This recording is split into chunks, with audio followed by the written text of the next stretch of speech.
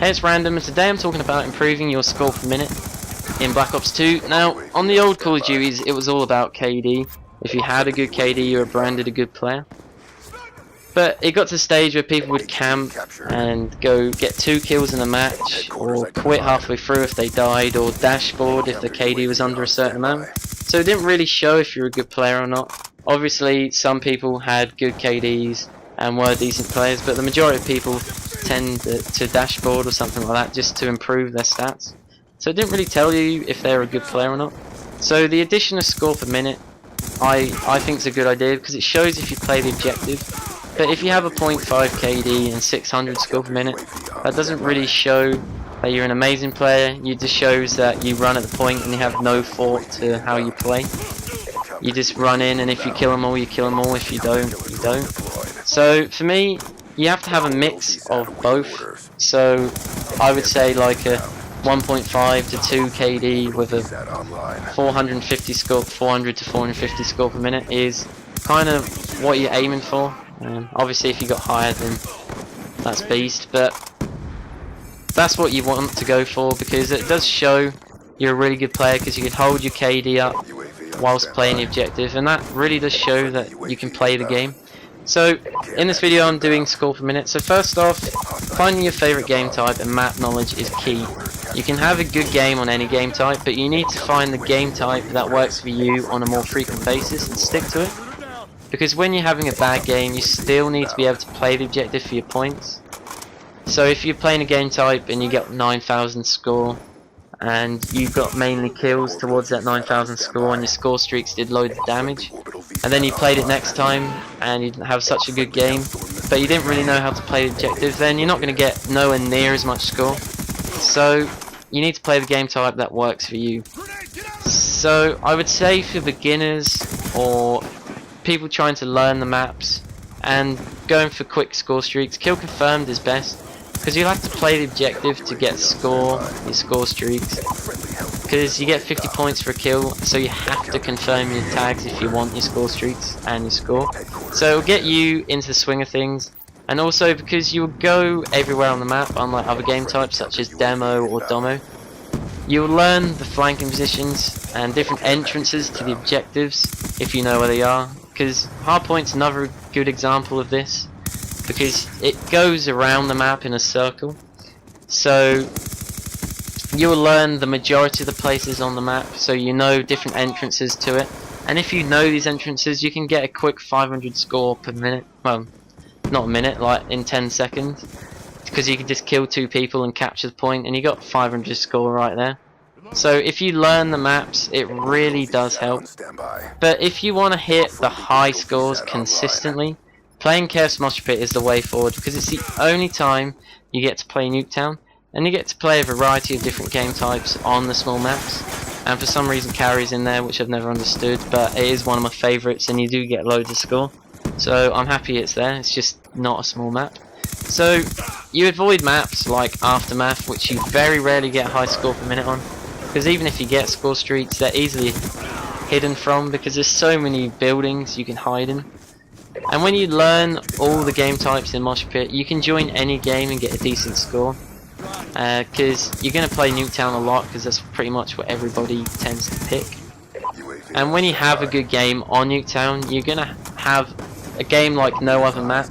Because the amount of score you get on Nuketown compared to any other map when you have a good game, it is ridiculous. I think in this game, you can see in the background, I've get 12,000 score, which is currently my highest. I think I'm just under 12,000. So it does get you a lot of score if you have a good game on Nuketown. Now there are a couple of things I would avoid.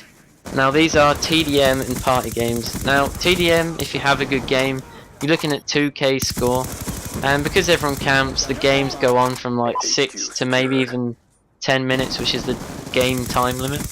So that's like 200 to 250 score per minute.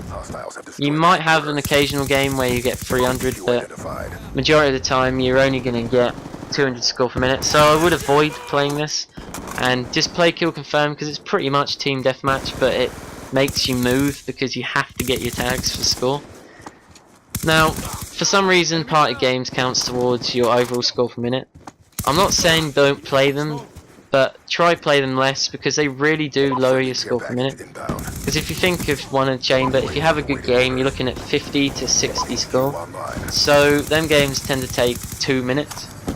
So on a really good game of one in the chamber, you're looking at 25 to 30 score per minute. And that is pretty appalling, and you can't do anything about it no matter how good a player you are. It's just how the game type is, and I really don't think it should count to your score per minute. So I would avoid playing it if you can. Obviously if you want to play it, then play it, but for score per minute wise, I recommend not playing it. Now next up, score streak setup. Now I've said in the past, using UAV counter or VSAT will get you loads of assist points, and it does.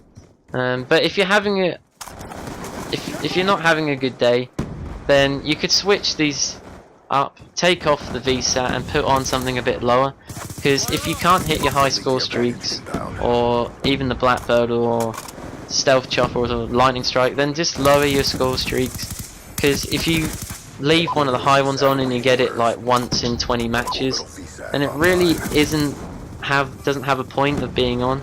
So just lower them until you're playing well and you're finding new connections, and then put the higher ones on later on. But if you're going to put one of the highest score streaks on, I would recommend having 1 or maybe even 2 of the assist score streaks, because that's where the points come from towards your high score streaks. And having UAV and a Blackbird, or just one of them, will really help you get more kills, because when the Blackbird's up you can just run around and kill them while they're spawning, because that does give you a lot of score. That's the only time I would say not playing the objective. Now for score per minute, using score streaks that take you out of the game, such as laying down using a laptop, I wouldn't recommend using unless it's the Lodestar or the Warship, because they do get you a lot of points if you can kill people. But using the AGR you could use on small maps, but on big maps it's really slow to move, so you're not going to get many kills unless you're in the spawn. But using the RCXD is like the worst thing in the world, because it takes about 10-20 seconds to use.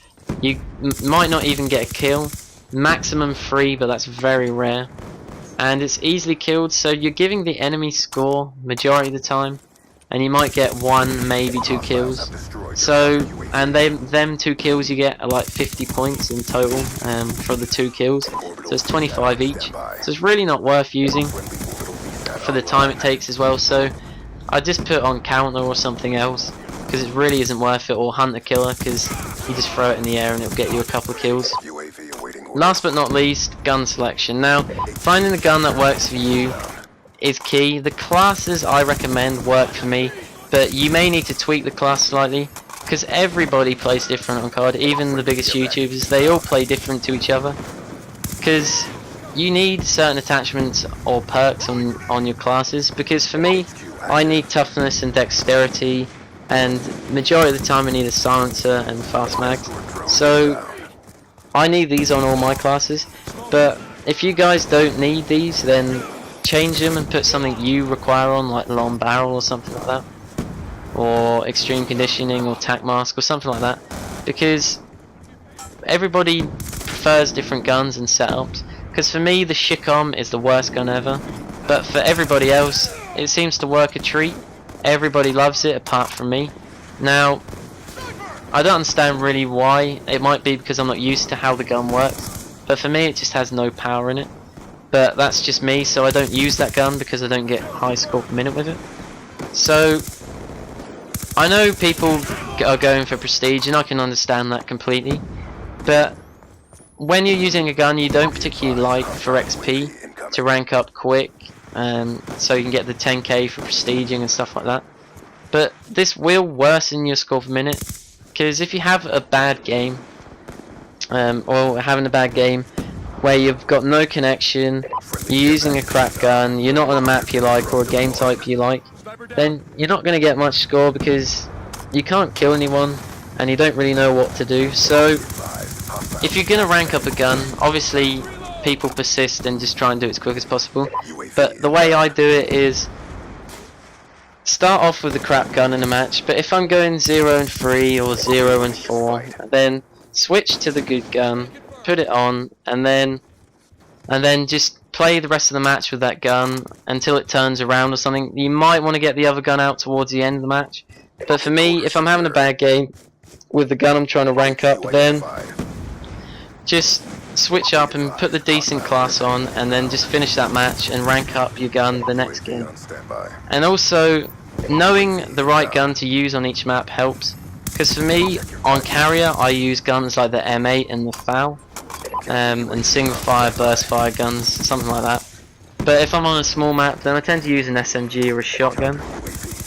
Now, there is one burst gun you can use on small maps, and that is the B2 3R pistol, because it is so overpowered. You can blind fire, and one burst just kills like 65 people. So that is a certain gun that is an exception because it's overpowered. But generally, using certain guns on certain maps does make a lot of difference. Now, I hope this helps, and I will see you guys in a couple of days with some decent gameplays I've got saved up, which I got over the last couple of days. But I'll see you guys later. Goodbye.